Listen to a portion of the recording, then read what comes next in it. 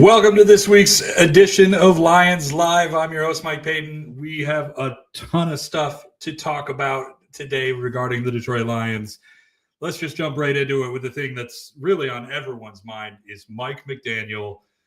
This is the offensive coordinator that everybody wants. He came and he interviewed with the Lions on Tuesday. Today, at this point, we don't know how that interview went. I don't know if we ever will. The Lions have not really been the team to sort of do the whole "we had an interview with so-and-so" tweet. And, they keep most of their information pretty close to the chest most of the time. So we don't really know how it went. What I will say is the last time we had a live show, we didn't really have a chance to talk about this because the information hadn't really come out yet. But Mike McDaniel, for me personally, this is the guy. This is absolutely the guy you want to hire to be your offensive coordinator for the Detroit Lions in 2026. I just look at this team and I look at kind of what he was able to do in San Francisco as a part of that staff. And then in Miami with an offensive line that was really not good. He still managed to manufacture a run game out of that, which is something that John Morton and Dan Campbell couldn't do either. The Lions need to have a run game. Run game comes with everything. And I'm telling you, there is no better run game architect in the league than Mike McDaniel. And I think that is why you absolutely need to make this hire. I mean, if I'm Brad Holmes, if I'm Rod Wood, and I've got Mike McDaniel on the phone or he's in the building or we're FaceTiming, I'm offering him. I'm actually, if he's at home, here's what I'm going to do. If he's at home and it's a FaceTime or a phone call, I'm going to say, hey, Mike, look outside in your driveway. And when he does, he's going to see a Brinks truck out there. And then I'm going to say, okay, you see the Brinks truck, Mike? And then I'm going to tell the guy, open the Brinks truck and just start throwing money. And we'll just throw money. And when we have enough for you, you just say when. It's like when you go to a restaurant and they're giving you Parmesan cheese or pepper or whatever it is. And they just say, hey, say when you've had enough. And for me, I know I don't stop until the entire thing is covered in Parmesan cheese. So I think that Mike McDaniel is probably going to have a similar feeling about how much money he's going to want for this job. Look, I'm just saying, he's going to be the highest paid offensive coordinator in the league if the Lions wind up somehow getting him to stay. He's got other teams that are interested in him. We know that the Titans want to interview him or may have already interviewed him. And there's a couple other teams as well. Now the Steelers are an open job. The Ravens are an open job. I think he has the ability to be a head coach. I wouldn't be surprised if he took some of these head coach interviews. But man, I think this is, if it were me again, and I'm not just saying this because I cover the Lions, and I think that this would be the most exciting option for Lions fans and for the team and for the NFL. I am saying this because you got to look at some of these teams that are available right now. They're all going to be, the Steelers is a good job, but they don't have a quarterback. Like you're essentially starting over there. I think that is more of a job for Brian Flores. I think Flores is perfect for Pittsburgh. I would not be shocked if he's the guy that they wind up going with. I look at the Miami Dolphins, which he just came from. I think John Harbaugh is probably going there. Then there's the Titans that's getting some John Harbaugh love as well. I just look at, some of these jobs, they just don't really, there's something wrong with all of them, right? There's something wrong with all of these jobs, except for maybe the Ravens. And if he goes there to interview for the Ravens, that's not a bad job, man. You get Lamar Jackson, you get Derrick Henry, maybe the end of his career, Derrick Henry, but Derrick Henry, nonetheless, you get Zay Flowers. You get a fun offense over there. And I would not be shocked if he interviewed and took that job. But if I'm Mike McDaniels, I'm taking the Lions job because I know I get Jared Goff, who is a quarterback who fits perfectly in my system. Perfectly. Because Jared Goff is going to give me accuracy. He's going to throw the ball fast. He's not going to be a mobile guy who's going to get super out of trouble when he's under pressure. But I'm going to design the offense to make sure that he doesn't get into pressure, which is something that John Morton couldn't do. It's something that Ben Johnson couldn't do. It's something that Dan Campbell struggled with as well. It's something that Jared Goff needs. And if Jared Goff is already this good under pressure, imagine how much better he's going to be in a system that allows him to get the ball out fast and have urgency. That's what Jared Goff is very good at. Very detailed. Again, Mike McDaniel, very detailed coach, run game architect. It's going to be good for Jared Goff. And then again, I'm Mike McDaniel. I'm getting off track here. I'm Mike McDaniel. I've got Jared Goff. I've got Jahmyr Gibbs. I've got maybe David Montgomery. I don't know. I've got J-Mo. I've got Amon-Ra St. Brown. I've got Isaac Tesla. I've got Sam Laporta. And, I mean, theoretically, another tight end that the Lions are probably going to draft. Maybe a pass catcher, maybe a blocker. Who knows? I've got the best tackle in all of football in Penei Sewell. I've got an offensive line that needs some work, needs some molding and shaping, but is got some good things about it. I think Christian Mahogany and Tate Ratledge are both good. Team needs a left tackle. I see Caden Proctor is getting brought up quite a bit here on TikTok. Love Caden Proctor. He's like Penei Sewell light, diet Penei Sewell, if you will. I really think that guy is going to be good. But man, if I'm Mike McDaniels, I take this job with all these guys, and I'm looking to have the number one offense, most explosive offense in the league, maybe win a Super Bowl, and then I could go pick the job I want after this. I don't. Teams aren't going to be, coming thinking, hey, maybe we'll hire you, we'll interview you, see what happens. Teams are going to be wanting you badly. That's what happened to Ben Johnson. The Bears wanted him. Everybody wanted Ben Johnson. There wasn't a team that was like, hey, we'll interview this Ben Johnson guy. He's pretty good. No, they wanted Ben Johnson. They needed to have him. Let's see. We got a question here just off the start. Does it bode well that the Lions had McDaniels in for an interview before some head coach interviews? I think it does. I think it does. I think the other thing that bodes pretty well for McDaniel is that this is the only offensive coordinator job that we know of that he's been even interested in, that he's even interviewing for. As far as we know, he hasn't talked to the Buccaneers. He hasn't talked to some of these other jobs and now maybe some of that has to do with a lot of these teams haven't hired head coaches yet. A lot of teams are going to need offensive coordinators this year. There's nine football teams that are looking for head coaches, and you have to believe that almost all of them are going to be needing a new offensive coordinator at this point. So yes, I do believe that McDaniel coming in to talk to the Lions before he's talked to any head coach interview type things is huge. Again, man, if Rod Wood and Brad Holmes and Dan Campbell can get this thing done today or next day or sometime this week before those interviews start opening up, before head coaching jobs start getting filled, that's a huge win. And again, you're going to have to make him the highest paid offensive coordinator in the league. There is no doubt about it. There's just no doubt about it. And that's fine. The Lions have done that before. They did it with Ben Johnson. So let's see if they'll do it again. I want to talk about a couple of the other guys that are interviewing as well, because there is a chance, and we all have to realize this. And I don't think that you can go ahead and start blaming Brad Holmes if this doesn't happen. But there's a chance that he doesn't get hired by the Lions because he just decides to take a head coaching job or he goes somewhere else. It happens, man. This has always felt like a long shot as soon as we saw that he was going to be a head coaching prospect. So if he doesn't, there's some guys that the Lions have been talking to. There's T. Martin, who's the Ravens quarterback coach. The other thing I like about T. Martin is that he was also a receivers coach as well and played receiver in the NFL. But he was Amon-Ra St. Brown's receiver coach at USC, which I think is cool. It's just for 1 year. It's just for St. Brown's freshman year. But there's some rapport there, and that's always easy when you're coming in and trying to establish, what might be somewhat of a new offense. And I think that really matters. Martin has been great for Lamar Jackson, helped him win his MVP. Jared Goff, man, I think, everyone's going to – I know there's some people out there who just don't get it, but Jared Goff is pretty close to being an MVP candidate this year, again, as he was last year. If the Lions had a winning team, a winning season, won their division maybe, we'd be talking about MVP candidate Jared Goff because he had that good of a season. And he was an MVP candidate last year. So he's right there. I think maybe you get in a guy who's a good quarterback coach maybe that brings him right over the edge where he needs to be.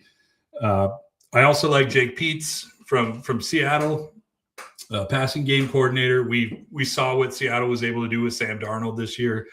I think part of that is that Sam Darnold is just so much better quarterback than we ever gave him credit for. He was just in really bad situations, or just on teams that just wouldn't give him a chance. But Minnesota really changed all that. So I think Peetz is definitely somebody who deserves some serious consideration in this job.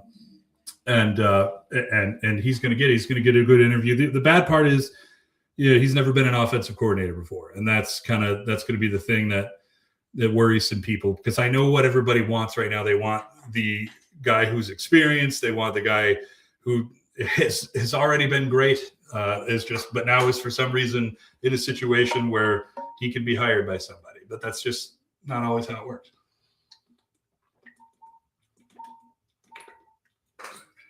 Ooh,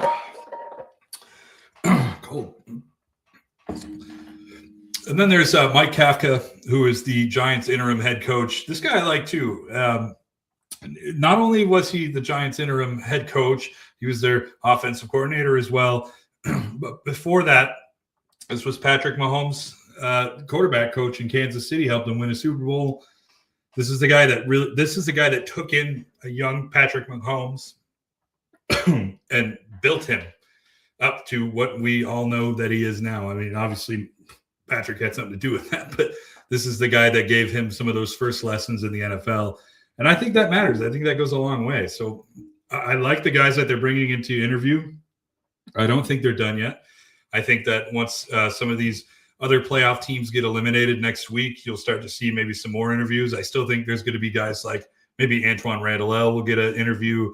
I think JT Barrett could get an interview.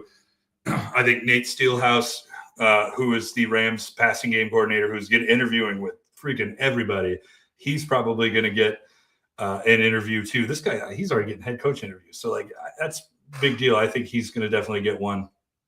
So we'll see what happens with those guys. Next thing I want to talk about coordinator wise, and then we'll skip to our next thing here is Kelvin Shepherd is getting an interview with the Miami Dolphins. I know that kind of surprises everybody a little bit, but it doesn't really surprise me. I mean, I kind of figured, especially after that Tampa Bay game, which was on national television, where Kelvin Shepherd goes out there with a bunch of guys that you've never even heard of, the Legion of Whom, and goes and beats this team that was, at the time, had a quarterback that at the time everybody was saying was the MVP favorite. So I think that made a big deal. And then every time this guy was on national TV, that's just what he did, man. Against the Cowboys on Thursday Night Football, Cowboys were coming in. They were the most dangerous offense in football at the time. Lions were able to shut that down, held them to 5 field goals. The Bears in Week 18, another game where it was like the Bears have just been scoring at will, and then all of a sudden they don't. So I think that and this is with guys that are not healthy. This is without your starters, your Pro Bowlers, your All Pros, all these games that we're talking about, without Brian Branch, without Kirby Joseph, without Terry and Arnold. So I mean, when you have a coach that could do that, that's why I don't understand why so many Lions fans don't like Kelvin Shepherd. Like, are you serious? This guy's really good. This guy is able to, he's got the locker room. He's got the culture for the job, and he's able to get guys who have otherwise not been a factor, be a factor. He's been able to get those guys to do things, and that goes a long way. That really does go a long way. And I think that Shepherd absolutely could be a head coach. I don't know if it happens this year. This will be his first interview ever for the head coaching position after just 1 year being a DC. You know, it's just good for him to just get at least this interview under his belt and have this experience if it doesn't happen. So, but don't be surprised if the Lions go out and have a killer season in 2026 if he doesn't get more head coach interviews. I would not be shocked if this guy's a head coach before you know it. Next thing I want to talk about David Montgomery, because we didn't really get a chance to talk about this last time because it was before Brad Holmes' end of season presser. Yeah, this guy's probably getting traded, man. Like I hate to say it. I don't want it to happen. I know you don't want it to happen, but this is the business end of football. And at this point, if maybe, I'm not saying David doesn't want to be here. I don't know. If that's the case, if David doesn't want to be here, then like you don't want anybody to be on your team who's unhappy. That's just how it is. You don't want it. Like there's no need. That's why I never can understand like players that go in and ask for trades and then the teams refuse to trade them. Why would you want a player on your team who doesn't want to be there? Like what would make you think they're going to play hard for you? And it's just I can't see that. But like not that I would say that David would ever just go out there and slouch on purpose to force a trade. That's not going to happen, man. Like it's not going to happen. But I get it from David's point of view, from the sense of you got to think about these football players, man. They've got maybe a 10-year window at best for some of these guys to go out and make the most money they can make and play the most they can play to live their dreams. And if you are in a position where you can't do that, like, man, that sucks. I could tell you if I were writing for a company and they only let me write like 4 or 5 articles a week, man, I would hate that. I would want to get out of there. I would really not want to be there if I could only write a few if they only let me do a few things. Like, and I think everybody, like even at your normal jobs, you know, whatever it is, man, like if you work in an office and somebody's getting more opportunity over you, you're going to hate that, man. Like that's just part of life. That's just a human thing. So I'm not blaming David Montgomery if he wants out. On the Lions side of things, I kind of see, you know, like from a business end of things, you're only saving $3.5 million. It's not a whole lot of money. I can understand why like people are looking at this like, why would you even do this? This makes no sense. But from the side of things where you want to have a younger team, build your team up, build guys that you drafted up, like Sione Vaki, I keep bringing him up. The Lions drafted him with the intention of being a running back. And he has been a really good special teams player. I dare say he's been one of the best special team players in the league. I don't think there's anything wrong with me saying that. But I would say that, you know, he was drafted to be a running back, man. Like the Lions want him to be, sorry, I got a little distracted there. The Lions want him to be a running back, and they can't do that if they have him just sitting on the bench. And here's an opportunity for the Lions to go out and throw themselves in the fire a little bit for sure and say, hey, man, like we're taking a huge risk here by saying like maybe we can do this.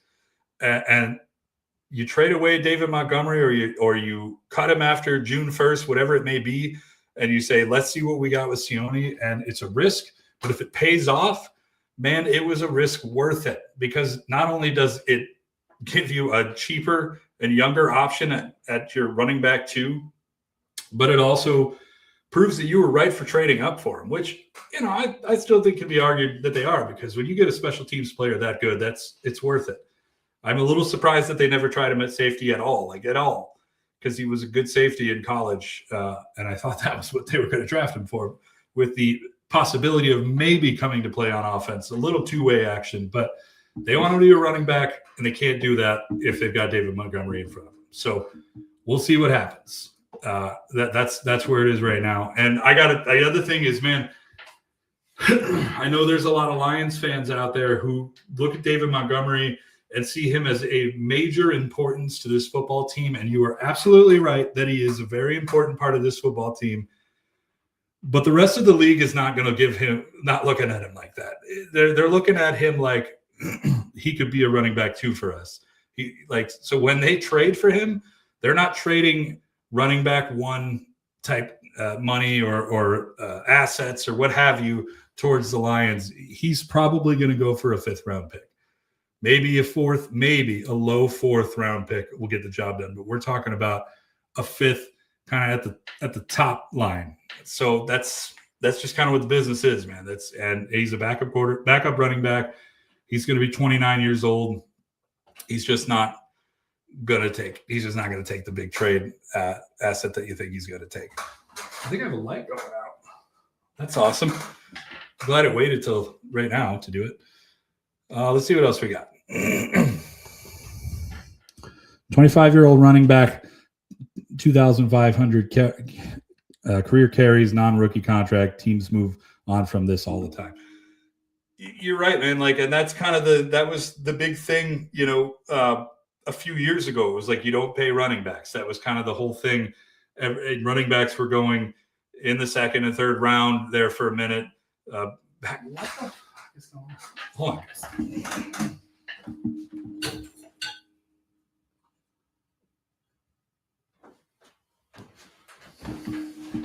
Live TV. Fuck it. Oh, excuse me. Sorry. Anyways, what I was saying was that was kind of the thing back a few years ago, where it was you just could draft a running back because they're a dime a dozen, and you don't have to really pay these guys unless they're super special. Like Jahmyr Gibbs, you pay Jahmyr Gibbs. You do not let that guy go because he is super special. Same thing with like Saquon Barkley and Derrick Henry, guys like that. You pay those guys, but other running backs, you could kind of let them walk. So that is that's what I've got to say about that. So next little part here, man, that light is driving me crazy. Is it not driving you crazy? Because it's driving me crazy.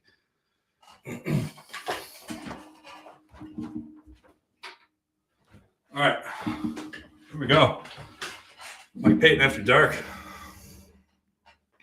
All right. Anyway, sorry guys. This is not the way this was all supposed to go, but it's live. What are you going to do? Next thing, I want to talk about Frank Ragnow, because I've noticed on social media that there is kind of this situation with people think that Ragnow screwed the Lions over. And I can understand from a base level why people might think that, because you look at Montgomery and you say, well, man, this guy did not tell the Lions he was going to retire until after the draft. And I can totally get why fans would be mad about that. Like, that makes sense, right? You put the team in a position where it's like you had their draft, had their free agency. They didn't prepare for you to be gone necessarily, and now you're gone. But at the same time, the Lions had to know about it, right? And that's why I don't think he screwed the Lions over. There were breadcrumbs. There were always little notions that he would retire. We always kind of knew it was going to happen. And that is why the Lions went and got Tate Ratledge and Miles Frazier and invested so much in that offensive line. And it didn't work out. That's kind of the bad part about it, is that they kind of trusted and hoped that maybe Graham Glasgow would get them to that next level, get them to the next step, whatever it was going to be. And Graham did the best that he could, man. He was injured most of the season. He played hurt. He gave you the best that he could give you, and I think that you gotta give him a hand for that.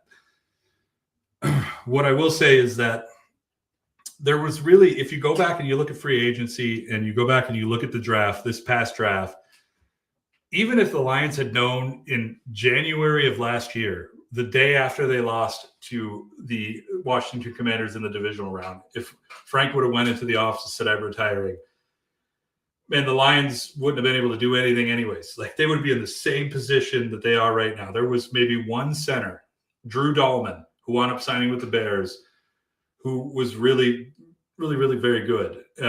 Other than that, there wasn't a whole lot of starting caliber centers, not like there will be this year with Tyler Linderbaum and Connor McGovern and some of those other guys. And then in the draft, there were none in the draft. Absolutely none. The Lions actually wound up getting last year's Remington Award winner on their team as a futures deal after the season. He wasn't even drafted. He was the best center in college football, didn't even get drafted. He's now with the Lions. It's a little too late to see what he could do, but it's just, man, there was just nothing that this team could have done. And I see Clark W. Griswold here on TikTok. Holmes' unwillingness to make moves outside of the draft has killed us. I look, to a degree, I'm going to agree with you. I think that there is a lot of things that Brad Holmes should have done last year and maybe even at the deadline and in the draft. But at the same time, you look back at some of those things. I wrote an article earlier this week. Everybody wanted an edge rusher in free agency or the draft last year. And if you go back and look at some of the players, and you can check out this article. It's on my page. It's entitled Brad Holmes dodged bullets by not signing anybody in free agency or drafting anybody or trading for anyone. It's because the guys that were available to be signed accomplished nothing. Dayo Odingbo was the number one edge rusher in free agency last year, the highest paid guy. Got something like 3 years, $40+ million a year. The Bears paid all that for 1 sack. That's all he got all season long. 1 sack. Just one. Harold Landry got a lot of money for 6 sacks. And I'm not saying, or excuse me, 8.5 sacks. Sorry. And I'm not saying Harold Landry is a horrible player or anything like that. But what I am saying is that the Lions paid Al-Quadin Muhammad $1.2 million and he got them 11.5 sacks. Like, there was nobody in that free agency class edgewise last year that would have changed anything for this team if they had signed him in last year's free agency. Nothing. Nobody. Not a single one of those guys. Al-Quadin Muhammad was technically the best edge rusher free agent signing of the year. Danielle Hunter, I see that he was in 2024. That Danielle Hunter was not last year's free agency class. That was the year before. So, I mean, come on, man. Like, and if you go look at then you look at the draft. So we know that the Lions tried to trade up. We know they wanted to trade up for somebody. And I posited in May after the draft that it was probably Shamar Stewart, who is now with the Cincinnati Bengals. That's the one that made a lot of sense to me. They had a top 30 visit with him. They had been talking to him. It made sense that they were trying to go up and get him, but they couldn't. They couldn't get anybody to trade with him. They just couldn't get anybody to trade with him. And all the best edges were gone by the time the Lions picked Tyleik Williams. Then you go to the second round. Brad Holmes certainly made it seem like he was trying to trade up in the second round too. And they weren't able to get it. And some of the better edge rushers in the second round were gone. And then after that, it's just a bunch of guys who didn't really do anything this year. So nothing that the Lions would have done in free agency, the draft, or the trade deadline would have made much of a difference for Detroit. And I was all in on the Lions trading for Jalen Phillips, who wound up going to Philly. Believe me, I was all in on that idea. But that guy had 2 sacks in Philadelphia this year. 2. 1 in the playoffs, 1 against the Lions. That was it. 2 sacks. And they gave up a third-round pick for that. And that is a lot more than certainly than I thought they would get.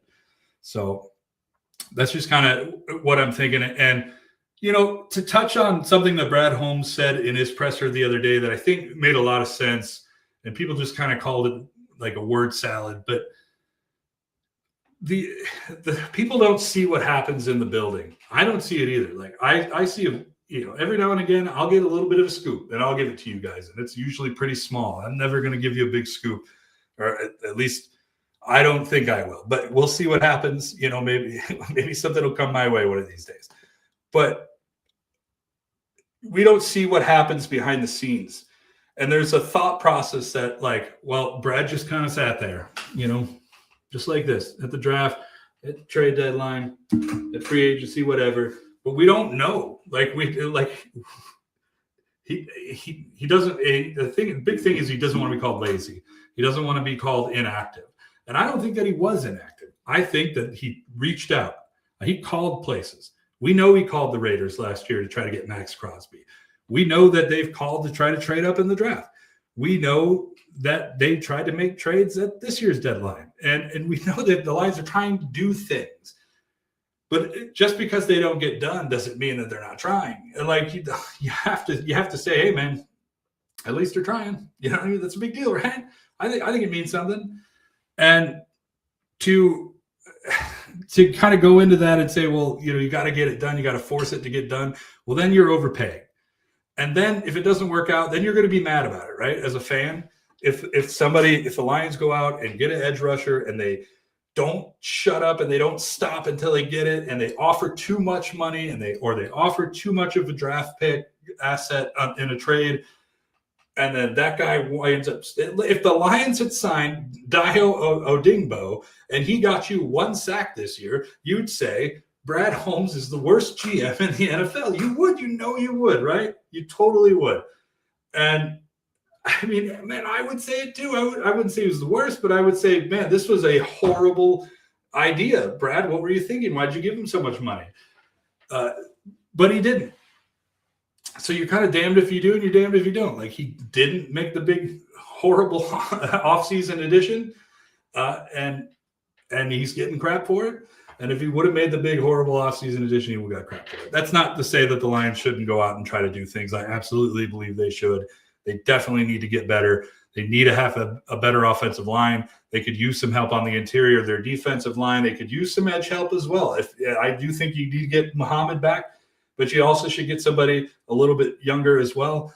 And man, that's just what you got to do. I think that's the route to go for sure. So that is my thoughts on that. And then let me end this whole thing with some Howie Roseman talk, because I put out a little bit of a tweet earlier this week, or after the Eagles got eliminated from the playoffs. And there's this idea that, man, I hate it so much. I hate it so much because it doesn't make any sense. Like, yes, the Philadelphia Eagles won a Super Bowl. Do you know how they won that Super Bowl? With their draft and retain strategy that the Lions are trying to do. This thing that a lot of you hate. A lot of you don't like it. You don't like the draft and retain strategy. But along the way, he made a really huge trade for A.J. Brown, and he made a few little pickups here and there. And all of that, the Super Bowl has hidden completely the failures that Roseman has had. I mean, look at this year alone, this season alone. Zadarius Smith. He signed Zadarius Smith. A bunch of Lions fans go on Twitter and Facebook, and they put "we're good" and all that stuff in comment sections, and they complain, oh, how could you not sign Zadarius Smith? This is why we're going to lose. Zadarius retires like 3 weeks later. They trade for Jaire Alexander. They traded an actual draft pick for Jaire Alexander. And then he never even steps on the field for them. He doesn't even put the jersey on. Dude just leaves football altogether. Man, if Brad Holmes would have done that, you would have been so mad. Imagine how angry you would be if they gave up a draft pick for a cornerback who never played for them. Then, they trade for Jalen Phillips, which I had already mentioned. And look, man, I was all about trading for Jalen Phillips. Like I said earlier in the show, Jalen Phillips would have been a good trade for them had they offered like a 4th-round pick max. But they sent a third to Philly, or they sent a third to Miami, rather, and they got 2 sacks out of it. And, like, it's just, man, it just blows my mind. Like, this guy let a bunch of guys go in free agency, and everybody's talking about how aggressive he is and how Brad Holmes needs to be like him. So you want Brad Holmes to be letting a bunch of guys leave in free agency and then signing a bunch of dudes who retire or just quit football the moment they get there? Like, that's what you want? A Super Bowl is awesome. A Super Bowl is great. It's what the Lions need. It does not hide the fact that Howie Roseman has not been good at his job in the last 12 months. Since the Super Bowl. He won the Super Bowl. And then from that moment on, he proceeded to suck in 2026. And that is why I don't know why everybody keeps talking about this guy. He's a genius. Like, what are you talking about? If he was such a genius, why is he making all these desperation moves to try to fix the problems? It's because he didn't have it done the first time. And that's the problem I have, man. That's my whole thing, is like, people just, and I'm not trying to defend everything Brad Holmes does, because I think Brad Holmes has a lot of inefficiencies. I think he has a lot of things he needs to fix. And I agree with him when he says the first thing that he needs to look at this offseason is himself. 100%. You cannot do it like this again. You cannot have another offseason like you had last year where you sat on your hands and you felt a little bit too comfortable about your team. Can't do it. But with that said, I wouldn't want him to do it the Howie Roseman way. I really wouldn't. If I were a fan, it's not what I would want to see. I would not want to see him go out and just sign guys at the position because they play the position or because they have a name, and it's just not the way to go. And then again, And then again, that big move that he talked about, the big move, Jimmy, 1972 that you're talking about, A.J. Brown, who was the guy that was arguing with the head coach on the sideline on Sunday? Who was it? It was A.J. Brown. Because the Eagles have no standard. You know what I'm saying? They got no standard. Their standard is good player, and that's fine. There's definitely a method there, and that is something that works. Lions don't want to build that way. They just don't. You've never seen a Lions player on the sideline arguing with Dan Campbell, and you never will, because they don't build that way. They don't build with guys who are me first. They build with guys who are team oriented, and that's what it is. So, all right, that's all I got to say, man. Look, I think Roseman is a good GM. I'm not saying that he's bad. I just think that we need to stop holding him up as the premier reason, it's the premier way that Brad Holmes needs to be, because I think that Holmes could be a better GM than Roseman.